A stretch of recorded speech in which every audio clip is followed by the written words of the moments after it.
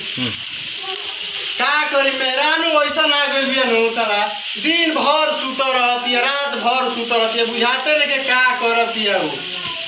बताओ सुबह शाम हमारे खाना बनावे के पड़ता साला बड़ा दिक्कत होता बड़ा कष्ट बा जिंदगी में।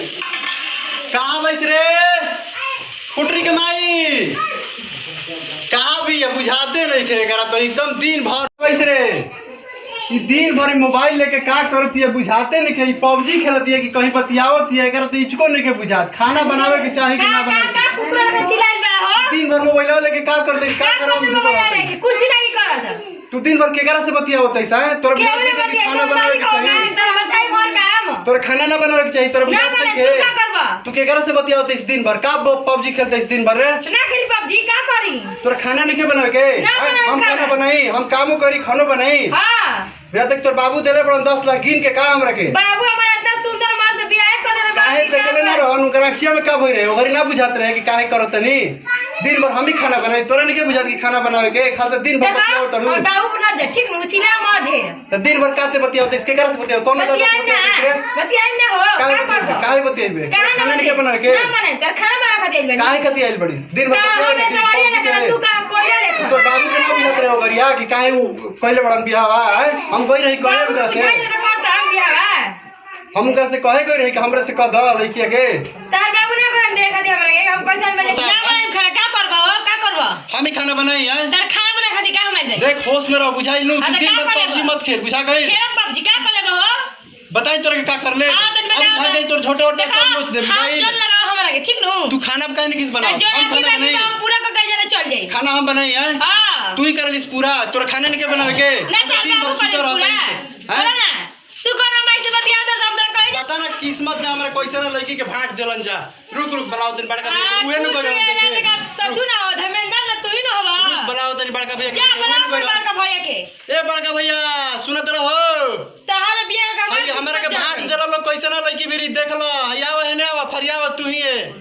सुनत रहो हाय कैसे ना लड़की बेरी हमरा के बियाह कइले बड़ लोग हमार किस्मत फोड़ देलो लोग तो जना आवा है ना फरियावा खाना नहीं के बनाओ तो बाबू कहाँ आई रहन देखे हम गई रही तो बाबू भिरी हैं आवा हो जगदम भैया कहाँ बन बड़का भैया आवा है ना फरियावा तू ही है बुझात नहीं के फरियावा ऐसा मार तो हमर देख रहे के ऐसा घर में का तोहनी के आई तू कैसे में हाल पहले बस बुझाता गांव में सुनाता के नहीं कि बहना के भाई नहीं हाला पहले बा जगदमा के भाई हाला पहले बुझात नहीं के खाना बनाते नहीं के खाना हम ही बनाई सुबह से नहीं बताओ हम कामों करे जाई होत ना दूर थाक के आवत नहीं खाना बनाओ तनी तोहनी कोइसन बसर है मरद मेहरारू में नहीं खे पटत और पबजी खेलत है खाली सकाले ने कहां का बतिया होती है बुझात नहीं के बताओ हम जाते नहीं खर्च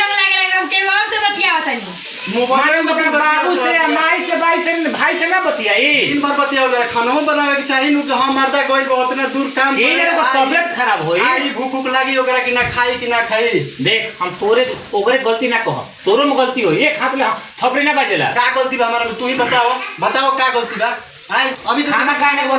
खाना खाने को